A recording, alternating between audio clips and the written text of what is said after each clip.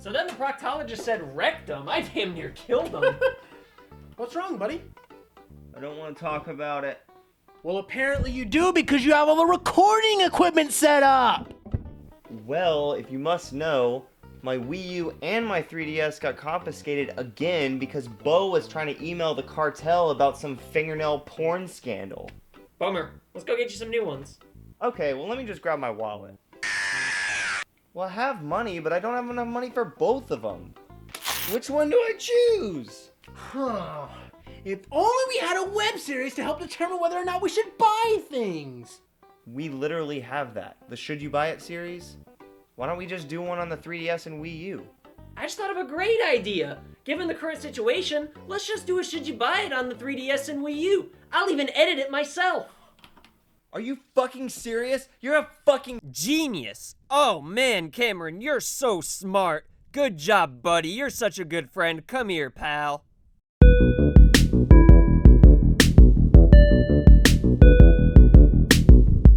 Welcome to Should You Buy It, a show where we tell you whether or not a game is worth your time and money. Today we're going to be looking at the Wii U and 3DS. No, don't worry, we're not ignoring the PS4 and Xbone. Don't call it that. But as far as current-gen consoles go, we dare say that Nintendo is not in competition with Sony and Microsoft. Well, not really anyway. Sure, all three companies have video game consoles on the market, but for the most part, PS4 and Xbone compete with each other for fans that want the same kind of gaming experience. Despite popular opinion, we highly doubt there's as many people out there who wanted a Wii U but chose to get a PS4 or Xbone, as there are people who chose to get a 3DS instead.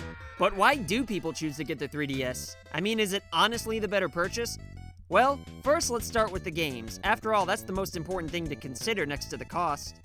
And if we're going for classic Nintendo franchises, let's start with the Zelda series. The Wii U has Hyrule Warriors, a repetitive but fun spin-off made by the same people who made the Dynasty Warriors series. It's Dynasty Warriors with Zelda characters and fan service. Don't get me wrong, it's fun, but not necessarily what one looks for in a Zelda game. If you want a main series Zelda game on the Wii U, then Wind Waker HD is what you get. When Wind Waker came out for the GameCube, it was very overlooked because of the cel-shaded graphics, so to see it given a second chance in HD really tickles my nostalgia hole in all the right places. But as amazing of a game as this is, it's still just a remake of a game that made the GameCube great. And at the time this video is being made, the Wii U still doesn't have its own definitive Zelda game after 2 years into the system's life cycle. But to be fair, a great Zelda game takes a lot of time and care. And we're glad to see that Nintendo isn't sonicking their franchises for a quick buck at the expense of losing value and goodwill amongst the fans. But then you take a look at the 3DS and see A Link Between Worlds, which, in our opinion, is quite possibly the best Zelda game in the series if you take the nostalgia blinders off. The old saying, sometimes you need to take a step back to take 2 steps forward, is dead accurate when it comes to this game. Going back to the ways of simply walking around and finding shit, minus cryptic bullshit you just need to look up online, is exactly what this series needed. Not to say that the Zelda series really got that cryptic after the first 2 on the NES, but it's nice that they were able to just let you figure things out on your own with only a basic explanation of the plot. And they did it without giving you some kind of helper pestering you the entire time like they do in recent Zelda games. Helper characters in Zelda games are really just nitpicks, but it's much more rewarding with less help, especially when figuring things out is very doable. And as long as we're still comparing the 3DS Zelda library to the Wii U's, the 3DS also has 3D remakes of Ocarina of Time and Majora's Mask. They're not so much remakes as they are updated ports, but they're still amazing games, especially if you missed out on them before. But Nintendo is known for more than just Zelda. What about the Mario series? Don't call it that. If you're a fan of this drug addict, which system is the better choice? Well, lately there's been more Mario platforming games than ever, with Nintendo deciding to keep the 2D series and 3D series going simultaneously. And I'm glad they're doing it, because both are really awesome. If you're looking for 2D Mario and 3D, the 3DS has New Super Mario Bros. 2. Not a bad game at all, but I really felt like they sonicked this one. And sure, a bad Mario game, like Pizza, is still pretty good, but nothing about this game really stands out other than the coin collecting gimmick. And we can't show you the 3D in this game on YouTube because science. But turning the 3D on in this game just makes the background blurry and it looks intentional. There's other 2D platforming games on the 3DS that do 3D just fine, and for this to be a Mario game and pull that shit is just kinda lame. Overall, this is my least favorite game in the entire Mario platforming series. It's still fun to play, but it'll just make you wish you were playing another Mario game. Another Mario game like Super Mario 3D Land. To be honest, when I was a kid, Super Mario 64 kinda confused me. piece of shit, you know that? Hold on now.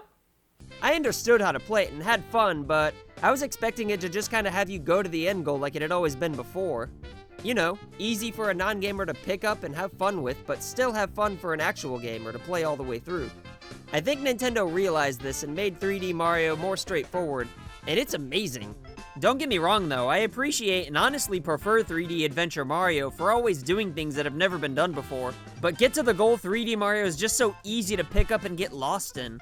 But everything that's awesome about this game is even better on the Wii U in Super Mario 3D World.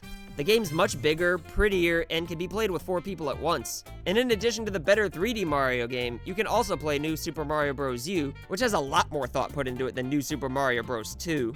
The squirrel suit's a lot of fun, and the difficulty and controls are just perfect. Plus, there's some pretty cool challenges to keep you busy, and also, Super Luigi U gives you an entirely new game to play through with 100-second time limit levels.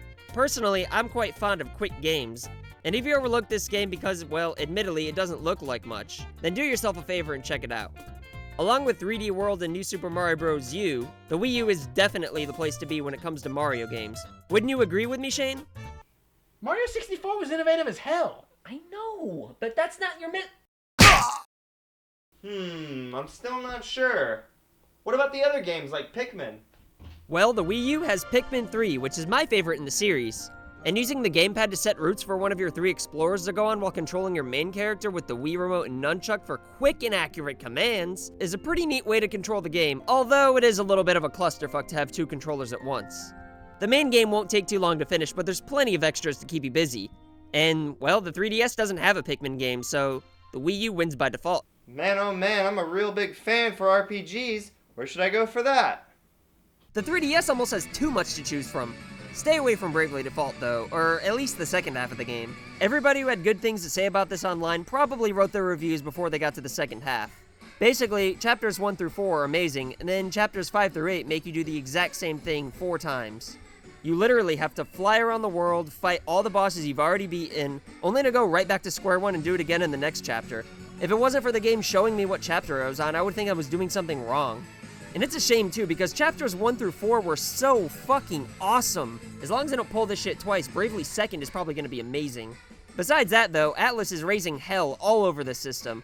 I constantly see RPGs all the time for the 3DS that I've never heard of, and then I look into them and think, wow, this looks awesome. Oh, shit, Atlus made it?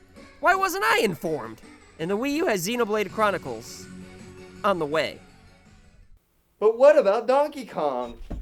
The 3DS has Donkey Kong Country Returns 3D. It's a lot of fun, but just a port from the Wii version with a few extra levels. Whereas Tropical Freeze on the Wii U perfected everything that made Donkey Kong Country Returns amazing.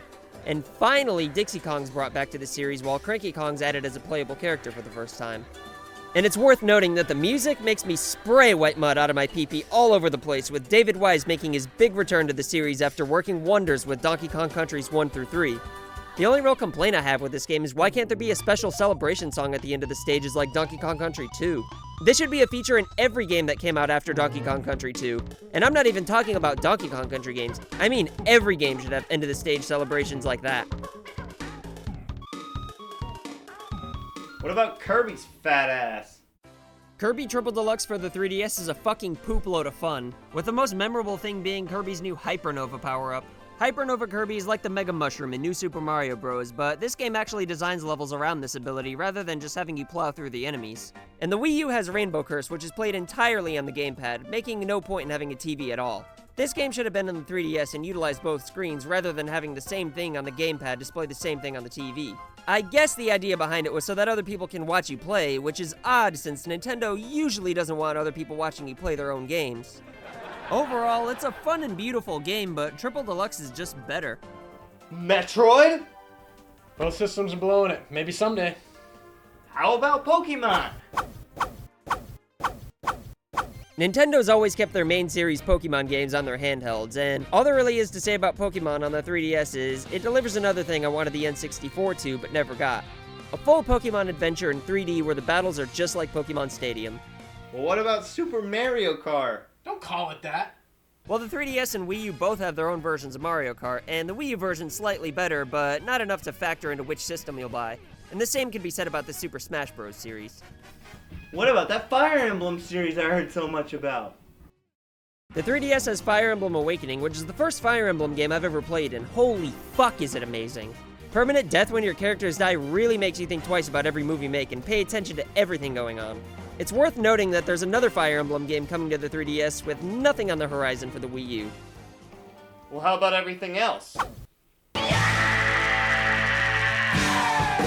The Wii U has a handful of games we haven't talked about, but the 3DS has so many more we don't even remember. And we've only talked about what's at retail. Both systems have a respectable library of downloadable games, but it's complete bullshit that you have to buy stuff twice to be able to play it on both systems. It sounds like the 3DS has better games, but that probably means it's more expensive. Actually, 3DS games are around $40, while Wii U games are priced at about $60. And on top of that, the 3DS itself is $100 cheaper and just came out with a brand new model. It has better 3D, more buttons, a louder speaker, and it doesn't come with a charger. Oh wait, that's fucking stupid. Or you can buy even cheaper models that go as low as $130 if you're willing to sacrifice 3D and deal with a shitty monotone speaker. But honestly, the 2DS doesn't feel that bad to hold. What about the graphics? I heard the Wii U looks like real life. You see, back in the day, having a portable system usually meant making compromises, and the home consoles were always the real deal. But once we got to the last generation with the PS3 and Xbox 360, the graphics reached a point where you can make pretty much any game you want, and the graphics aren't really gonna get that much better. Maybe I'm wrong and some super awesome game's gonna come along, but in my opinion, graphics reached a point long ago where everything's fine and it's more about the art style and what makes a game look good rather than raw processing power. With that being said, the Wii U is more powerful, but not powerful enough to where it makes a game that much better. Look, if a game like Luigi's Mansion Dark Moon was made exclusively for the Wii U, nobody would have questioned the quality since it's a good game. Not good for a handheld, but just a good game in general. Hell, Capcom even brought Resident Evil Revelations to home consoles and everything was fine. Back in the day, porting a handheld game to a home console as it was would have been laughable. But times have changed, and I think Nintendo really shot themselves in the foot by dividing their library of games that people do in fact want to play between two of their own consoles when all these games could work just fine on both systems. Well, that's a lot to consider if I only have the money for one. Let me think this one through. You should buy a Wii U if you have the money. You already own a 3DS. You need premium graphics. But if you cared about that, you should just get a PS4 or Xbox One. You should buy a 3DS if you're looking for a deal. You like handhelds.